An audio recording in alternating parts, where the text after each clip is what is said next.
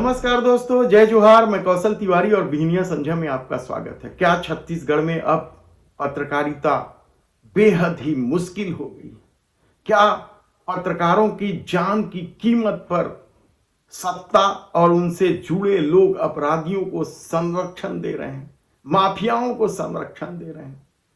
ये बड़ा सवाल इसलिए उठ रहा है क्योंकि कल जिस तरीके से खोजी पत्रकारिता करने वाले पंकज विश्वकर्मा ने पत्रकार वार्ता लेकर अपनी पीड़ा सुनाई, वह बेहद ही हैरान कर देने वाला है और सत्ता के लिए शर्मनाक है, कहा जाए तो गलत नहीं होगा। याद कीजिए आपकी किस तरीके से बस्तर के बीजापुर में सड़क घोटाले का मामला उजागर करने वाले पत्रकार मुकेश चंद्राकर की बेरहमी से हत्या करके सेप्टिक टैंक में उसकी लाश छुपा दी गई थी। और इस खेल में शामिल लोगों को बचाने की जो चर्चा है वह भी कम चौंकाने वाला नहीं है। किस तरीके से अधिकारियों, ठेकेदारों और सत्ता से जुड़े लोगों का नेक्सस काम कर रहा था, किस तरीके से उस पत्रकार को पहले खरीदने की कोशिश की गई और वह जब नहीं बिका तो उसकी हत्या कर दी गई।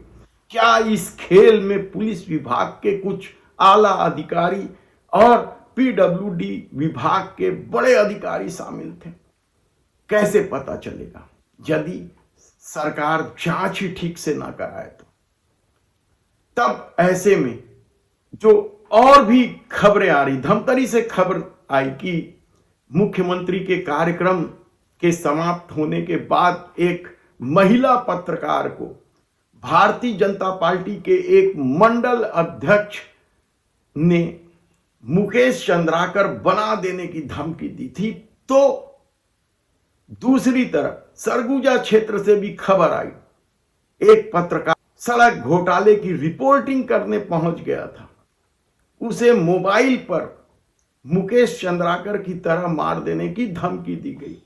यही नहीं, और भी कई मामले, रायगढ़ से भी खबर आने लगी है कि वहां कुछ गुंडे तत्व जिन्हें भाजपा का संरक्षण है, वे कुछ पत्रकारों को धमकी दी और उनके साथ मारपीट भी गई और पुलिस वहां मौजूद थी, तमाशाबीन बना रहा। बकायदा इस मामले की शिकायत भी की गई है।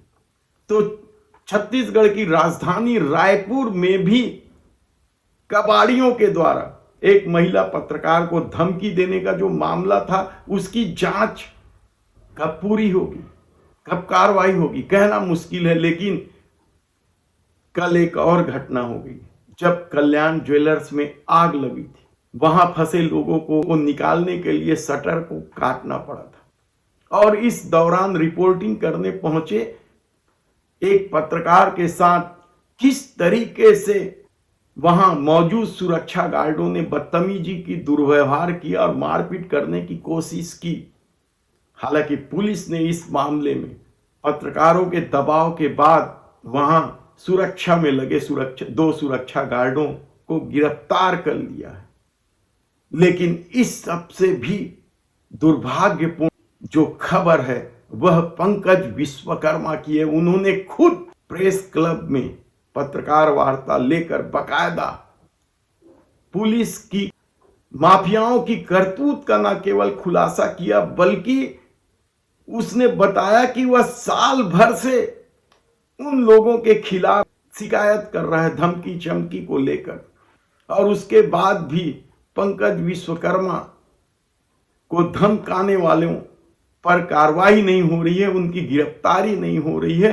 तो आप समझ सकते हैं कि छत्तीसगढ़ में अपराधियों को किस तरीके से संरक्षण दिया जा रहा है।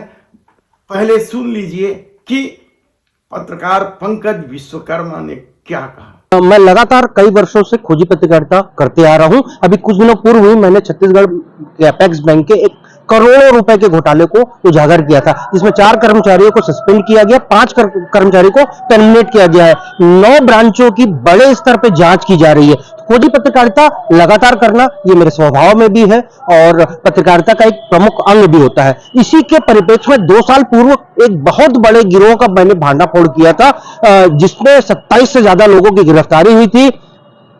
लाखों रुपए कैश बरामद हुए थे, कंप्यूटर, लैपटॉप, फर्जी कंपनियों का रजिस्ट्रेशन, फर्जी फर्म्स के रजिस्ट्रेशन, इस प्रकार का एक गिरोह था। इस पूरे मामले की जानकारी तात्कालिक रूप से उस समय मैं खबर फास्ट नेशनल न्यूज चैनल में कार्यरत था, छत्तीसगढ़ में बतौर विशेष संवाददाता।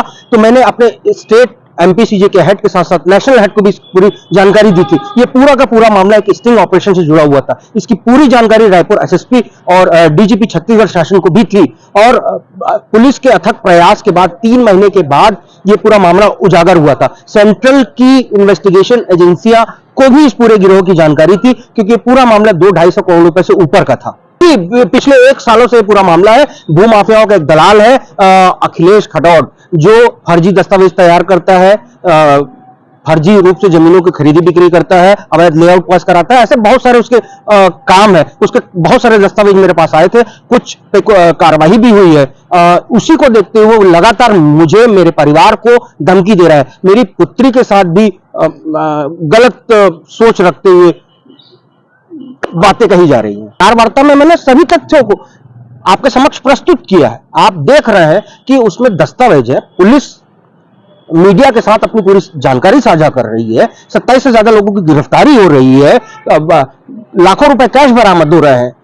ये मैंने पत्रकार वार्ता में अपनी बातों को प्रस्तुत किया है। 15 अगस्त 2023 तक लगातार रायपुर पुलिस एसएसपी रायपुर ने प्रेस ब्रीफिंग की थी और हमारे मीडिया के पत्रकार साथियों को इस पूरे मामले की जानकारी दी थी। अब आप समझ सकते हैं कि छत्तीसगढ़ में पत्रकारिता कितना कठिन होता जा रहा है। भ्रष्टाचारियों को उल्टा लटकाकर सीधा करने के दावे के साथ सत्ता में आई डबल इंजन की सरकार किस तरीके से अपराधियों को संरक्षण दे रही है, जांच के नाम पर मामले को टाला जा रहा है। तो क्या ऐसे में किसी और पत्रकार की हत्या का इंतजार है? तब वह कार्रवाई करेगी। धन्यवाद।